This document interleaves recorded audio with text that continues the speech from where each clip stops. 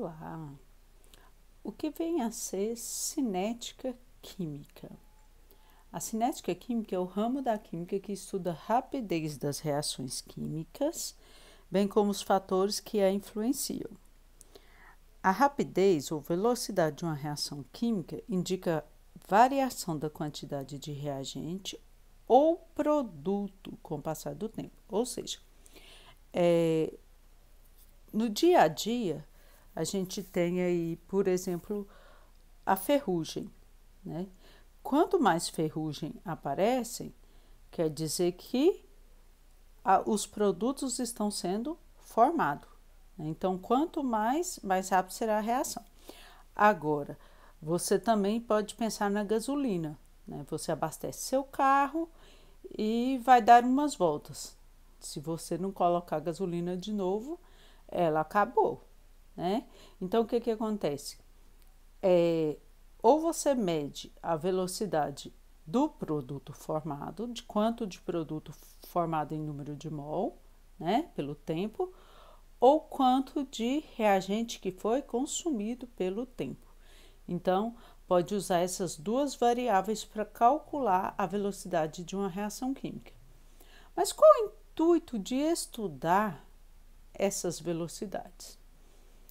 Ora, a importância de estudar a velocidade das reações químicas é para ter um maior controle sobre elas. Por exemplo, para que se utiliza o freezer, a geladeira? Ora, para conservar, né?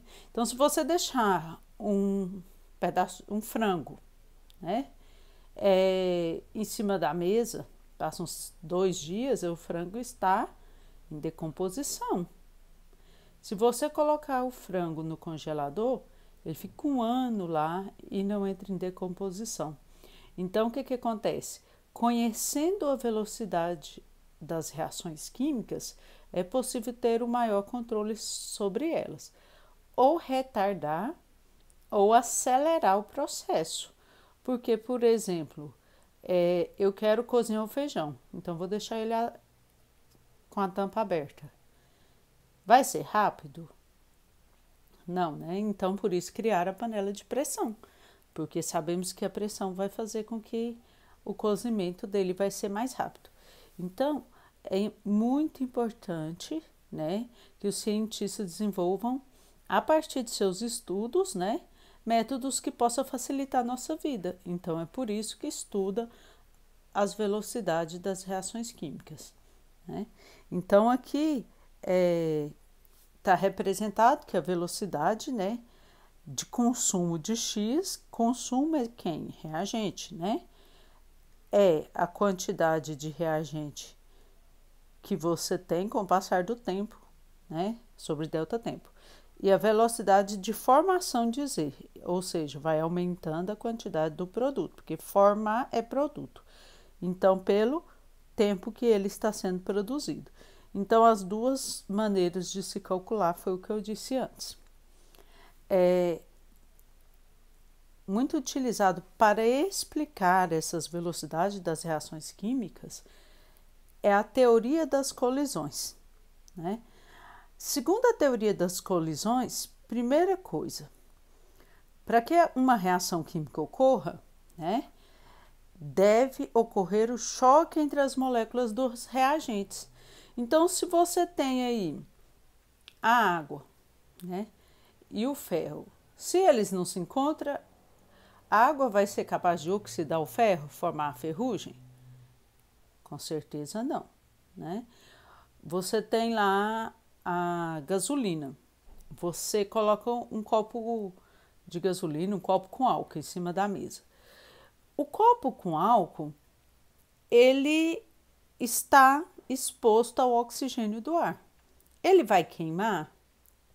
Olha, não, ele não vai queimar. Além de ter um contato com a substância, as substâncias devem ser reativas. Mas o álcool e a água, né? O álcool e o oxigênio do ar são reativos, né? Então, Por que não reagem se você tem um copo de álcool em presença do oxigênio?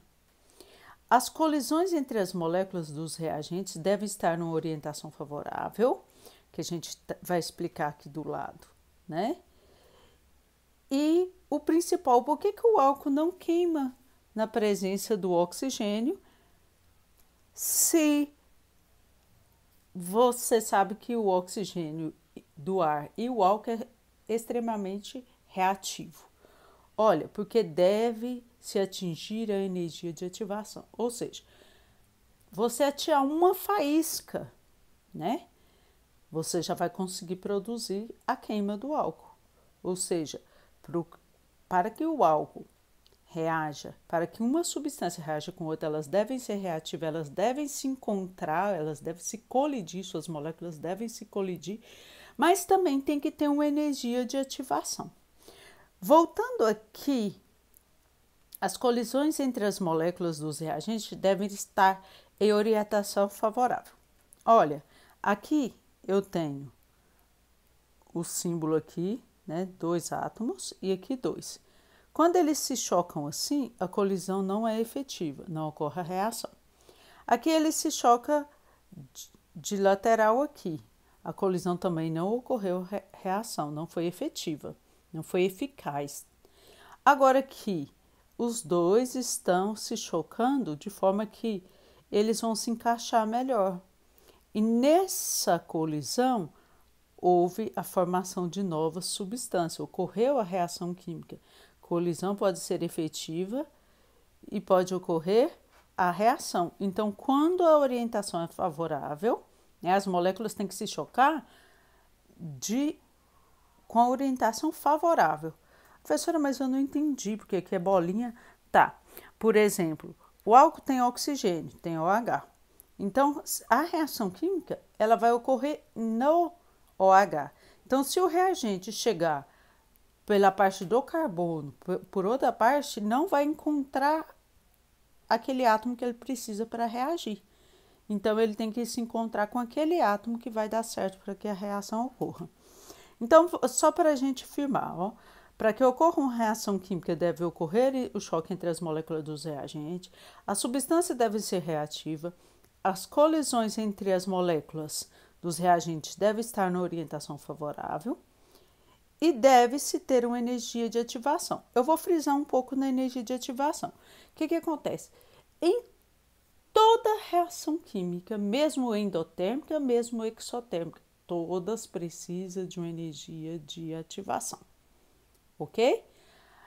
No início, precisa da energia para quebrar as ligações dos reagentes e essas ligações vão formar, essas ligações quebradas, né? Elas precisam de energia para ser quebrada, mas quando se formam novas ligações, ela vai liberar energia. Agora, quando se libera mais energia do que absorveu, a reação é exotérmica.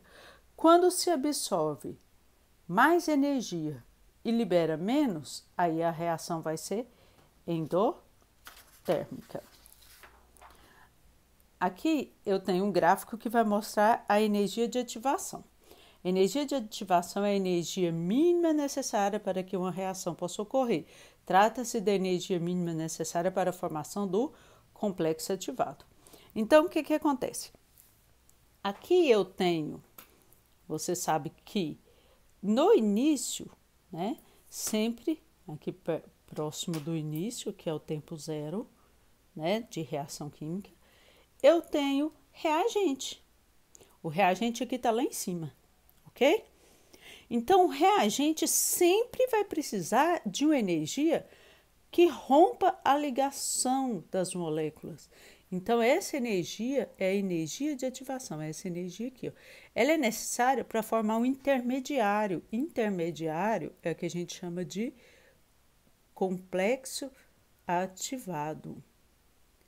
Por que complexo ativado? Olha, ele vai ser...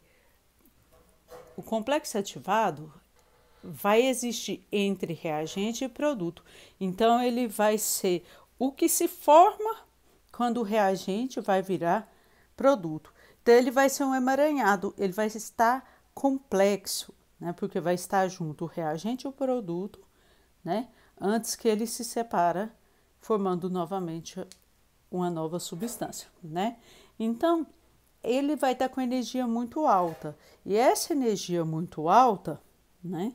A gente fala que é energia de ativação. Então, o complexo ativado é porque ele está ativado com a energia de ativação. Nesse caso aqui, ele consumiu essa quantidade, mas quando ele liberou, ele libera toda essa quantidade, que o produto ficou aqui embaixo. Então, quando o reagente tem energia lá em cima e o produto tem energia lá embaixo, a gente fala que liberou energia, que o processo é exotérmico.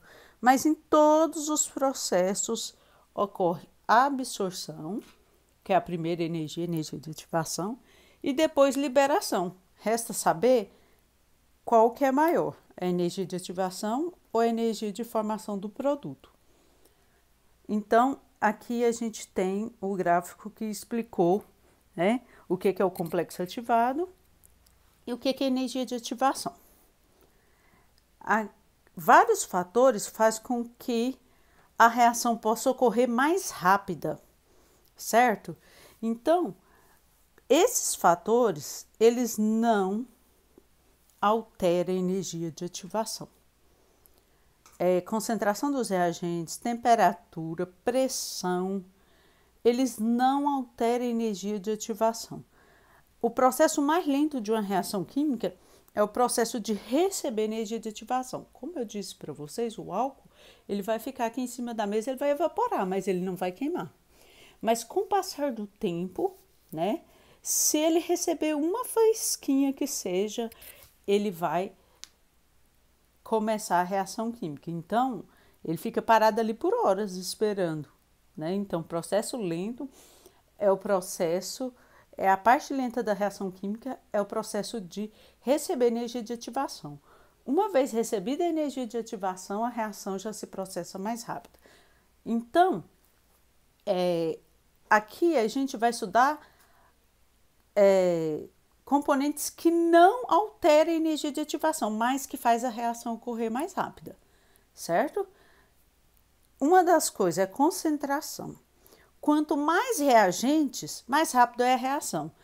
Um exemplo que eu vou te dar é quando você pega o sorrisal. Quando você coloca ele na água, ele começa a reagir rapidamente, depois ele começa a ficar lento. Por quê? Porque está acabando os reagentes.